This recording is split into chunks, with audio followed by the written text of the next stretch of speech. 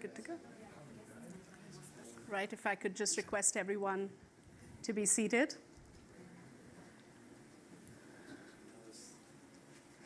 The prolonged nature of the COVID-19 pandemic has devastated local economies worldwide, forcing millions of small businesses to permanently shut down, increasing poverty, disrupting supply chains, and also fueling uncertainty throughout all industries. With small and medium-sized enterprises actually making up 90% of all businesses and accounting for 7 out of 10 jobs created, how can governments and businesses come together to rebuild this very, very important section of the society? Hello and a very warm welcome to everyone for this very special session, Building Future-Ready Local Economies. My name is Shweta Rajpal Kohli, and I'm the Chief Public Policy Officer for Sequoia Capital India.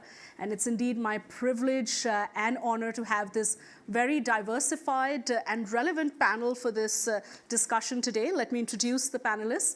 Gustavo Montezano, Chief Executive Officer of the Brazilian Development Bank.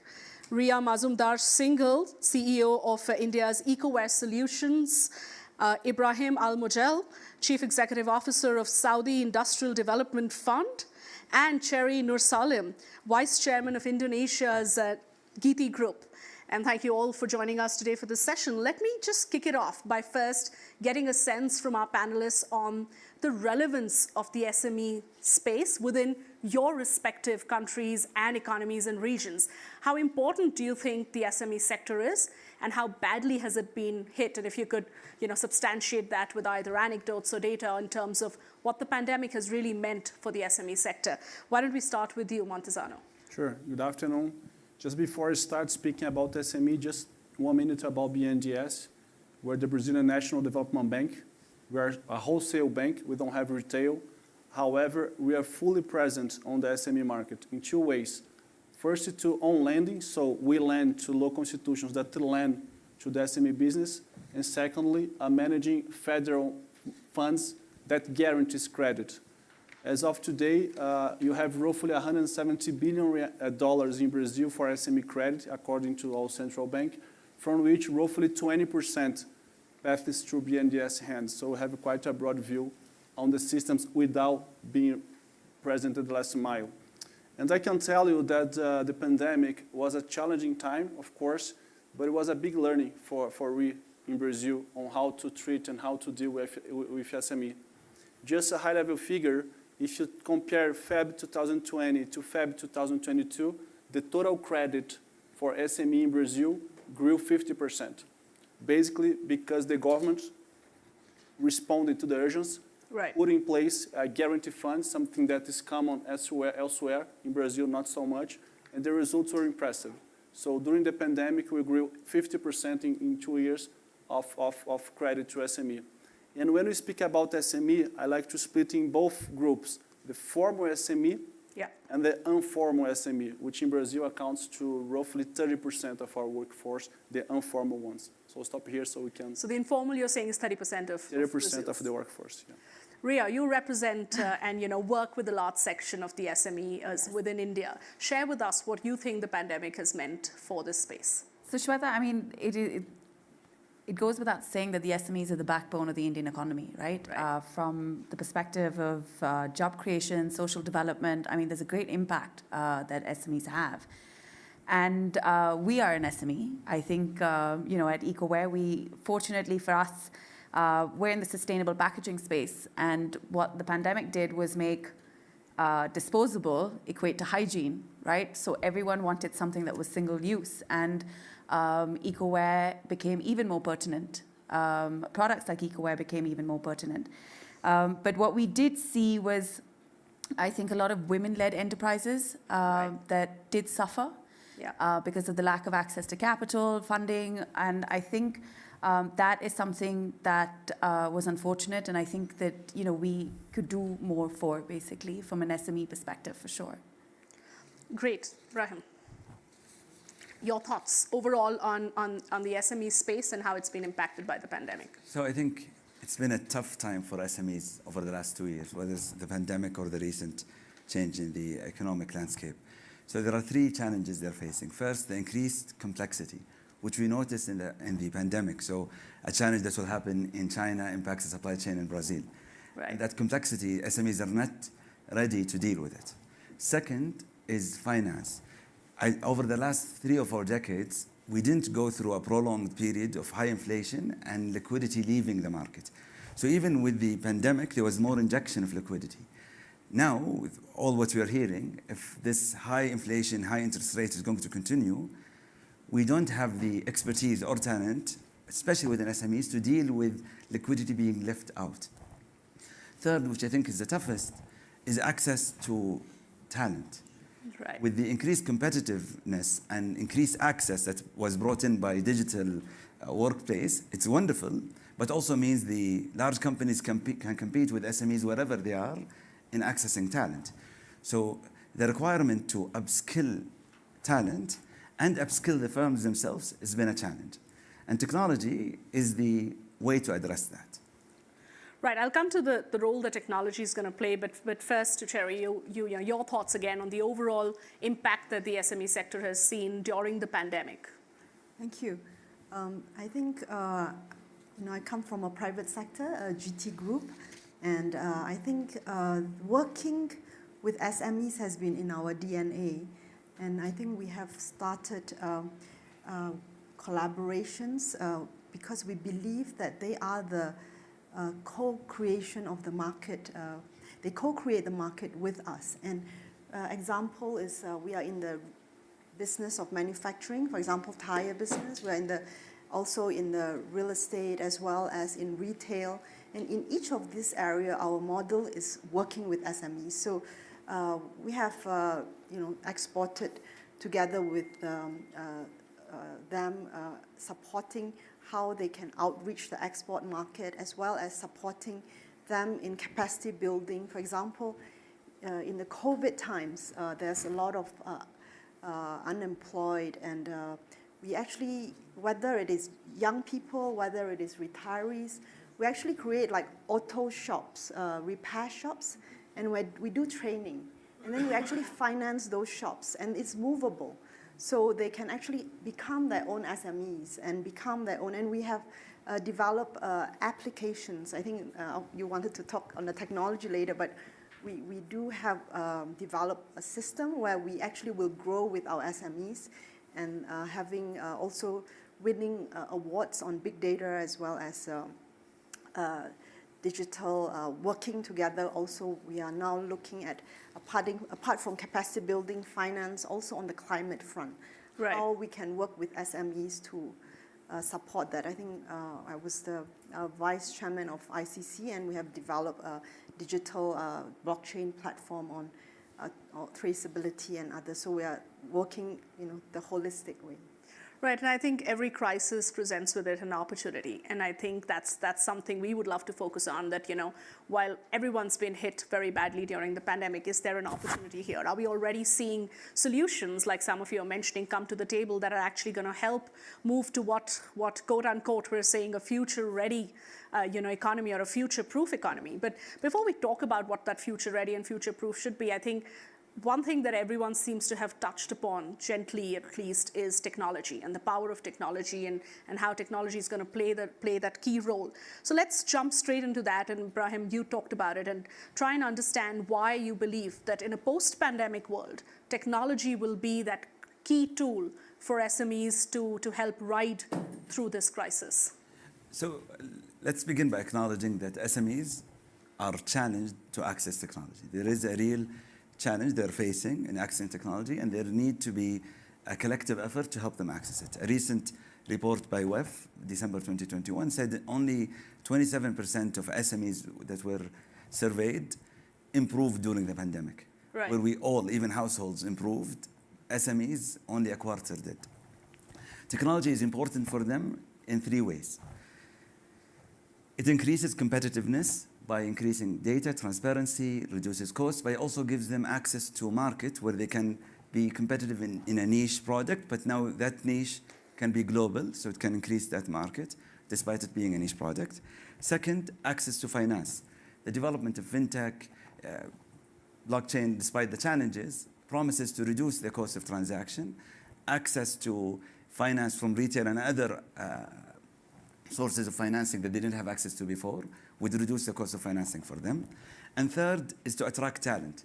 So they can, if we can help SMEs leverage the online tools to access talent, but also for themselves to be ready.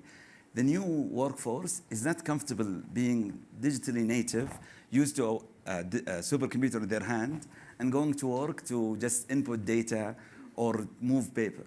So for SMEs to be able to attract and retain talent, they need to adopt technology themselves to help the new workforce feel at home at the workforce. Right, Sherry, you mentioned technology as well, and you talked about your digital blockchain as an example. Would you like to elaborate further and talk about the role and the importance of technology in today's times, especially digitizing SMEs? Yes, thank you. So I think in terms of the business side, I think that platform enabled our partners. Some of them are already third generation with our business, you know, from the grandfather and then now so in some of them in very remote areas, like we were in Bhutan, and then they were just in the mountains, and then they were saying how they were able to access market because of our system. And I think we believe that there is we can collaborate and actually market other products also with this digital platform, which give more opportunities for the SMEs, and we can also sort of be able to allocate the customers to come to them, so they are able to direct them because of the system. And I think we also believe in a larger scale. How do we support the whole ecosystem? So we have a foundation called United in Diversity Foundation, and we have been working with leading universities like MIT, Tsinghua University, University of Indonesia, and we have started developing technology programs. One is called Happy Digital X, Cities, Systems, Products, and Services. And so this is something that we believe, I think what Ibrahim said, the capacity building is really critical. And actually our program, we also start working with indigenous communities. So we think that, you know, if we do a lot of work at scale, system shift type, you know, and one of the, I was just speaking at the Oceans panel on what Indonesia as a G20 host this year is preparing, for example, what is called the Blue Halo S. It's systems that support coastal communities and oceans, and there's a lot of SMEs involved in that whole process. So I think there are system shifts opportunities, and I think if we can do the capacity building, the finance as well as climate, I think making sure that, you know, we are doing it sustainably, I think we would be able to support this leapfrog. Thank you. Great, Ria, sure, go ahead. You wanted to add a point, yeah. Really like her comment, and it's very similar from what's happening in Brazil. And Brazil is going over a transition that we changed our, I would say, policy-making mindset. Until 2015, our subsidies and, I would say, public efforts were much more focused on large corporations, like spending public money there. The reality shows, and the pandemic was very important to that, the public policy money for SMEs is much, much more efficient. And as of today, our priority to support those businesses are digital, as you both mentioned, and the green economy. So everything related to energy efficiency, waste management, forest, oceans, everything related to this new climate economy that you need to be at the last mile and be efficient at dealing with resource. No one can do that better than SMEs, right? Yeah, and it's interesting to note how we're seeing similarities and parallels being drawn across economies, you know, whether we're talking about Indonesia or we're talking about Brazil. You know, there are some common themes that seem to be emerging. But Ria, you know, to you, you know, when we talk digitization of SMEs, you know, it's all very well to say that we've probably moved forward from it being a nice to have to now a must have. And I think the pandemic was that wake up call that, you know, you've got to adopt technology. There is absolutely no going back on that. At the same time, do you know, share with us where you think it's working and what are the challenges that are being faced in going down that path? So I think, Shweta, challenges for me are three challenges. One is, like we've touched upon, is the lack of funding, right? Yeah. The second is awareness of what is actually available. Correct. Right. Right? And the third, I suppose, is sharing best practice within your peer network, right? So if I know another entrepreneur and something's worked well for them, I'm very likely to say, okay, you know what, let me try that. Yeah.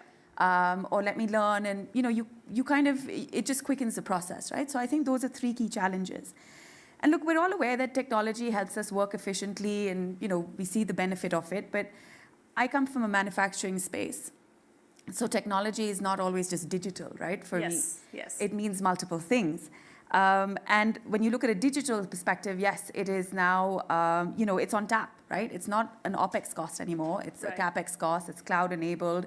And I think historically, when you've looked at digital technology, yes, we've thought about it as being very expensive. But now it's accessible to everybody, right? And it's leveled that playing field, whether you're a large-scale, industry or a small-scale industry. But personally, let me share an anecdote, right? Yeah. The last 2 years, navigating a business through COVID, we have a team of 120 people, 90 of which are blue-collared workers. You're aware of the migrant crisis that happened in India, right? Our number 1 priority was to protect our team. Yeah. Not to have pay cuts, not to let anyone go. So was it a priority to invest in technology for me? Maybe not. Maybe not. Yeah. If I had that access to capital, would I have done it? Sure, of course. But from the pool I had, my priority was my team and my people. So I think it's also the priority of the SME, at the time that you're talking about. Right, and has that shifted now that we're moving towards recovery mode? Do you think there's more room to sort of accommodate some of those priorities now? Absolutely. I mean, we are certainly in recovery mode, and it's great to be at the cross-section of climate change, sustainability in India, because as the world is looking to de-risk from China, we are at a great position. There's a lot that we're doing globally now. We're in 16 countries globally. Our export revenue has multiplied, quite a bit. We are seeing plastic bans come in, not just in India on the 1st of July, but across the world. Yeah. And like I said, products such as EcoWare are just becoming far more pertinent now. And it's no longer the future, it is the present and the need of the hour. So yes. Let's take forward some of the challenges you mentioned, perhaps to you, Gustavo, in terms of access to capital. I think if that's highlighted as a key challenge, how do you solve for some of those challenges? And are there interesting models or examples or solutions that are emerging? Yeah, the first bottleneck you see is capacity, skill, I would say. Technical knowledge about how to deal with credit, how to raise the money. A big change we did 2 or 3 years ago, we accepted training and digital incorporation, which sometimes is not, I would say, physical stuff, as an investment. So we're financing that through work capital lines, and then now we're financing through investment line, like 5 to 7 years. So reskilling or capacity, using the understanding that those investments, they should be treated as long-term one. And the third, as I mentioned, having the public policy supporting with credit enhancements for those investments in energy efficiency, waste management, and biomethane, all those climate-related assets that SMEs are much more efficient to do than the large companies.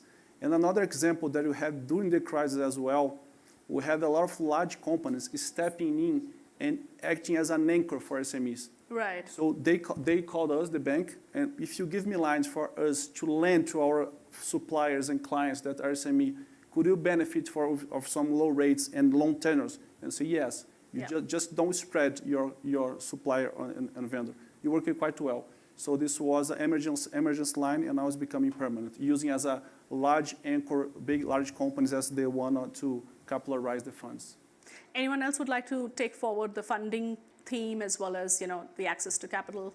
So I think one of the main roles of government is to provide access to capital. SMEs, why we have cycles, we have to remember that maybe the average is sustainable, but maybe they will not be alive by the time the cycle is back to where it should be. So we have to take special care. And as Ray has mentioned, they were very busy about day to day. We have a saying in Arabic, المشغول لا يشغل. Don't make the busy person busier. So we took that as a guiding light when COVID hit. So within weeks, when the COVID restrictions were implemented in Saudi, we reached out to all our SME clients. No payments are due this year. automatically restructured. It was a $1 billion initiative, automatically restructured on the remainder of the tenor. Whether you need it, you don't, it's not worth the headache on you or on us to apply for this. We then noticed that some of the rising SMEs, because there's a lot of discussion to help people start, but not much to help people scale. So we focus on scaling startups. So we looked at the ones who were just beginning to scale pre-COVID. So we told them, for the first time we did it, you're pre-approved for a line of credit. Right. Just click, we send them the link, pre-filled, click, and we'll disperse the money. But who is financing that? Us, SIDF, Your government. bank. Through the government, The yes. government. But is there Through also... a bank? No, Directly to our clients. Wow. We have programs through banks, but this one, because we had understanding for our clients, so why do we need to get them through that process? They are already busy. You are busy. No payments are due this year. There is a credit line available if you need it. Many didn't, and I talked to some. Said we just wanted to know it exists. Now I can focus on doing what I do. I never needed it, but I would have stopped because I didn't know I'd have money. We then included, as you mentioned, the supply chain financing. So we went to our larger clients and said, please don't make your SMEs wait for 90 days. Mm-hmm. We will finance it. Right. We will take this and just submit it to them directly.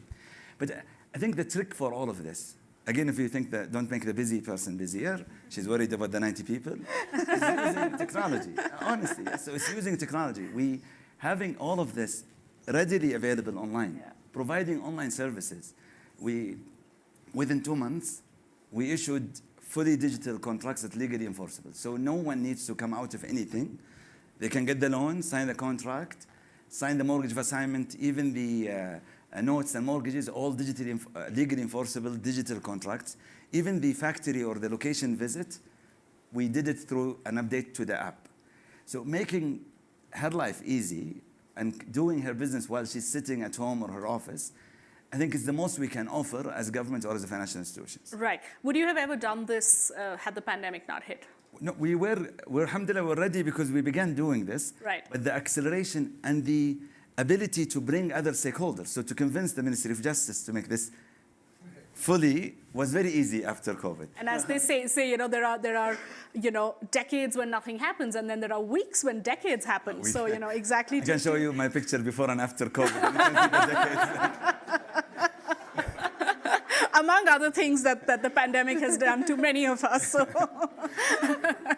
yeah, but just highlighting the solution that you talked about. There are obviously, it's great to see the responsiveness, and that's what you expect governments to do. That's what you expect financial institutions to do. Be responsive to a crisis. Is there a downside in something like this? What would give you sleepless nights, or what would you be cautious about? So the thing that we noticed after, as you mentioned, is the capacity. So while we are ready to avail, but if the counterpart is not ready to leverage that investment, they need to invest in technology or automation or digitization, then all of that effort is to waste. So being a nerd at heart, we said people are staying at home, they cannot just do nothing. So we communicated with Stanford. Through this SIDF Academy, we launched evening programs, free, to all our clients. We trained 2,000 people during an average of 30 hours per person, during only 2020. Now we have 5,000 people or so. And it's important to remember, it's not enough to train the workforce. You have to upskill the firm itself. Right. So upskilling the people without upskilling the firm, which means what systems do you need to do? How do you institutionalize this? How do you incorporate those changes? Right. Is not useful. So bringing all of that, we're still worried about making sure they have the capacity and mind share to be able to incorporate this, because they are under a lot of pressure already. Yeah. And that's what keeps us up at night. And I think the next question I'd like any one of you to answer is that while these are fantastic ideas and solutions that we've seen come to the table and have got accelerated, as Ibrahim was saying, because of the pandemic, is there a one-size-fits-all solution, and does that work? Or given that SME is such a large space, and we're talking about very different subsectors within the broader SME space, do you think there's a need to also understand the pain points of different segments and customize those solutions? Are we moving into that stage where that's needed, or do you think a one-size-fits-all approach works? In our experience, we're sure that doesn't work. It doesn't work. It doesn't. And that's exactly what we're trying to do at our bank. And in our perspective, in our country, never in the recent history was a best moment than this to be a SME in Brazil. Digital connection, as we spoke here, public policy wake up for this return for the society, credit, I won't say that's good, but it's more available than before. And let me count a personal anecdote that I lived in myself. I was visiting the Amazon for a business trip, literally in the middle of the forest, 1 hour in boat. And I was paying my hostel with my phone, literally. Right. When I saw that happening in the middle of the Amazon, I said, that's transformational. And the message, the challenge is how the entrepreneur and the society rebuild the view of the SME, or the potential for that. I think it's much more a question of mindset that we have both at the bank and the banks and the entrepreneurs than anything else. And one solution fits all, it doesn't work. It doesn't work. It's not efficient. It's not efficient, but I think what the pandemic's clearly done, and Sherry would love you to share your thoughts around this, is, it's accelerated the adoption of technology as well, right? I think the mindset shift that Gustavo was talking about, who would have thought, for instance, that all of our kids would be like studying online, that's such a great unifier across the world that we saw the pandemic do, right? And an overnight mindset shift to, understanding that, probably EdTech is a reality, online education is a reality. Similarly, for SMEs, an overnight shift into you've got to offer it this way or it doesn't exist. But do you think that we haven't focused enough on resolving the challenges that remain? And she talked about access to capital as one of them. But what about the fact that we haven't done enough to make our economies, as they say, future ready, or skill and train the people to be digital ready? Do you think that is something that needs a greater focus? Absolutely. I think you mentioned about the education. Our Minister of Education in Indonesia, Nadiem Makarim, he was actually created a decathlon, Gojek, and he is now Minister of Education. So, right. He's thinking quite far ahead in terms of how to support digitization and in the system. But he also struggled because I think Indonesia is a 17,000 islands, the world's largest archipelagic nation. So, there are many places that the kids couldn't get access to the digital communication, and some of them had to, I think you see stories all over, right? So how they had to go up to the trees or go, it's really difficult. Right. And it's actually, the inequality has been more stark because of the pandemic. And those with the digital divide has really been, I think, much, has caused a lot of pain for these types of these communities who don't have access. And I think China, one example, they have gotten out of poverty, the target, 10 years ahead of target because of access to digital access in the most remote parts of the country. Right. So I think that's a lesson that we can learn from on the physical infrastructure. Because unless we solve for that, we cannot achieve. Yeah, Ria, you have a point to make. Sorry, Shweta, I was just going to go back to your question of whether one size fits all. Yeah. And I'm always screaming from the mountaintop to say that if you are, if you are a purpose-driven business that is, aligned with ESG and shows true impact, then I think your financial incentives should be different to everybody else. So from that aspect, I don't think one size fits all. I think if you're doing something that is better, and your revenues derive from a circular economy model, et cetera, then... So you're championing the cause of having, better incentives and better and more customized models for certain kind of businesses that are actually perhaps doing things that are more relevant to today's state of play. Absolutely, Is that what you're saying? Yeah. I want to take forward what Sherry was saying, especially around the digital divide, because I think that's interesting. On one hand, we do argue, and Ria, you made that point about how technology has actually been a leveler for SMEs, right? And how some of the solutions that are being offered, thanks to technology, have helped SMEs actually bridge that gap with large corporations, because you know what, now technology is available. The same technology is available to an SME as it was, say, to a large corporation earlier. And earlier, you needed those deep pockets to be able to invest in technology. Now you're seeing that. But on the other hand, you've got Sherry talking about how the digital divide has actually deepened and the pandemic has worsened it. So would any of you like to say that, are these two separate trends we're talking about, or is it a bit of both? So when you ask, is one size fits all, and I'll use it to answer this. Yeah. I agree we should curate solutions and funding depending on the incentives and direction of the government. But I also think if you take a step back and think macro, there are things that you have to do regardless. Right. Digital infrastructure is essential, regardless, if you want to be future ready. Upskilling people and firms, regardless. You need to invest in upskilling of people and firms. Reducing regulatory burden and increasing transparency of government services or bureaucracy or requirement is great regardless. So when you take a step back, there are things that we have to do that one size fits all that we need to do to ensure that across the board. Yeah. And then you should curate financial incentives, and we offer additional incentives, as you mentioned, on energy efficiency, automation, digitization, things that increase competitiveness, aligned with ESG and what have you. But that shouldn't limit our view to the basic needs for any entity to operate. Right. I went to this point that I'm speaking that here in Davos and to my global partners as well. If you are investing in an emerging country and you're investing in SME, it's full ESG. You cannot separate, because if you are turning an SME company more innovative, more climate-oriented, more reskilled, it has a social impact at the last mile that's not measurable. So anyone investing in emerging economy with SME, equity, credit, guarantee, whatever, it's a full ESG, and there's no question about your just raising Go ahead, your comment. No, Shweta, I was going to say, I mean, when we look at India, it's not just about urban entrepreneurs, right? It's about rural entrepreneurs as well. In Brazil, the same.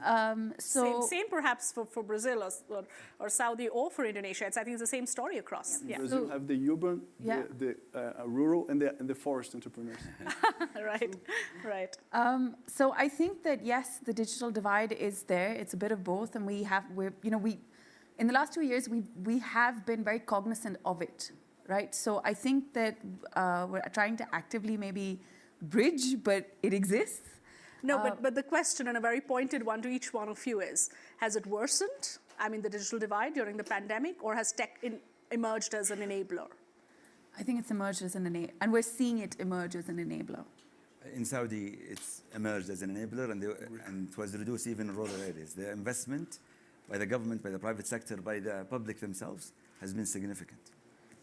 And especially enabler also for SMEs. Yeah, especially for SMEs. Yeah. The more drive is SMEs and rural areas. So that's a way more significant trend than the divide. And the divide, as you said, can be solved for if we do the three things that you mentioned, for instance, upskilling, as well as reducing the regulatory burden and investing in infrastructure that will solve for people, children not climbing trees to access the internet. I think that's a given in terms of what governments and the private sector need to focus on. And that'll bring me to what I'd love as closing comments from all of you on the partnership, the public-private partnership. And I think that's what forums like these, the World Economic Forum, that brings together governments, semi-government institutions, business leaders, allows us to do. Think of solutions where everyone is an important stakeholder. And I'd love to come to that as perhaps the closing comments and solutions, but I want to open it up to any questions that anyone in the audience would have to any of the panelists. Anybody, any questions? Mr. Birla, your thoughts? Over here.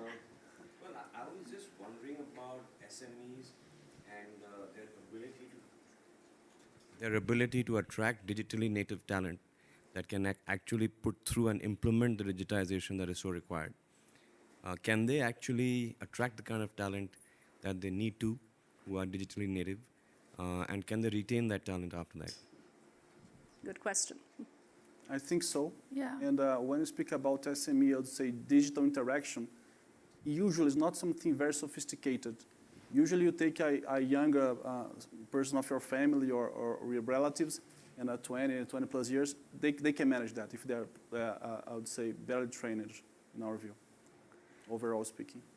I think we have one more question, but would anyone else like to add to I mean, my thought is, Ms. Birla, is that now with this, the future of work that we talk about and remote working, right? I think that, you know, initially there was a little bit of restriction because you would think, oh, I need to go to a tier 1 city, the cost of living, et cetera, but now you've actually, your access to human capital is far more because you could be sitting in a tier 2 town and still working for, you know, a company remotely in tier 1, et cetera, and you've got a larger access to human capital and talent. But I'd like you to focus a little more, and maybe someone else, and even someone like Mr. Birla, if you could answer that. Do you think we've accepted hybrid as a post-pandemic normal, as they say, the new normal? Or do you think there is a bit of, we're in recovery mode, it's a bit of going back to, you know, let's go back to our pre-pandemic life of, you know, hybrid, what's that? We actually updated our work manuals. We accepted hybrid. Yeah. Every meeting has a link. There is a day a week where you can work from home.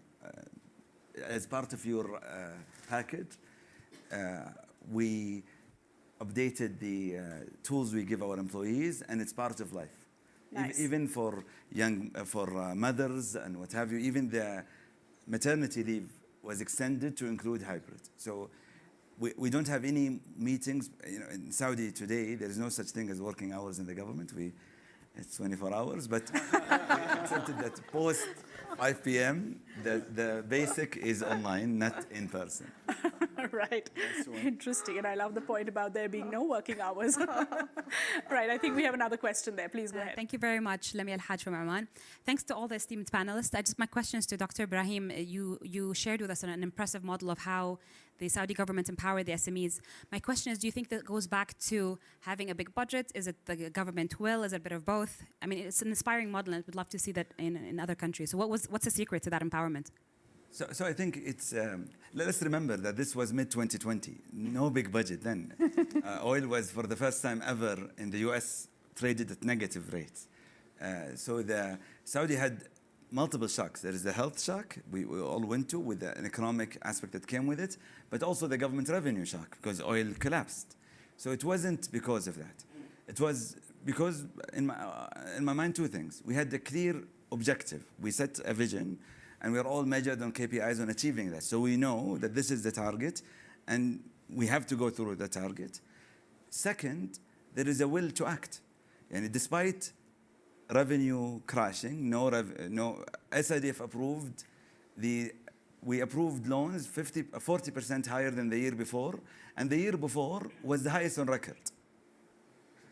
So it's just to signal that because we have the commitment on industrialization and SME support, we need to move through it. And if we are not committed to it during the downtime, then we are not really committed to it. And I guess the leaders saw the long-term revenues. Like it's like an investment, basically. Yeah, I don't think we expected long-term revenue, honestly. We took a hit. We had to adjust our long-term plans. We took it as part of the objective. This is the time to be committed.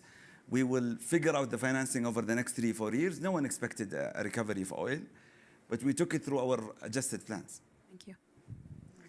Right. I think we're going to... are there any more? No, please, go ahead. Yeah. No, I was just curious when people were saying that technology has been an enabler. Since you were talking about the tree, that's about internet. But, we actually run a social networking platform for persons with disability, and it's an IVR platform. So I just was curious about when technology being an enabler, do you also just look at the simple phone? Is that a problem in the Amazon where reaching the unreached, smartphone penetration is not there? Do you all have that? I was just curious. I mean, it's not, maybe I can take, do you look at technology being an enabler only with a smartphone, or do you also look at it with a simple phone. I was just interested in knowing the mobile penetration. I can take it offline with you all because we may have lost time. No, but I think someone could quickly answer. I think your pointed question, if I get it right, is it smartphone-led penetration or is because it when we say just technology is an enabler, is it only smartphone, which will take some time in some countries? That's the reason. And are we looking at non-smartphone? Yeah, on the first side, I see two important evolutions. One is the digital one, and it's a smartphone. And believe me, you have a lot of Indians and communities that they have access to that. And that's recent. I'm speaking 1-2 years ago, so they are still learning how to do that. And the second is solar energy. Those solar, alongside with digital and a little bit of sanitation, they're completely free to do whatever they want.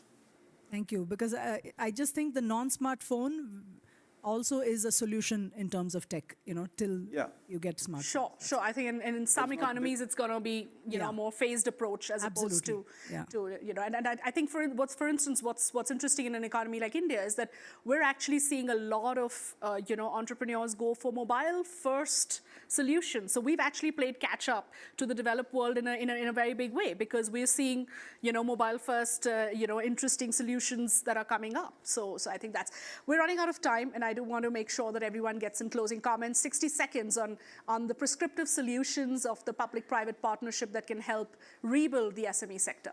Cherry, let's start with you. I would like to propose, because this year G20 is in Indonesia, next year it will be in India. It was in Saudi right before. But this year the Indonesian government has put 3 priorities. I think health, climate, and the third one actually is for digital inclusion, prioritizing on the SMEs.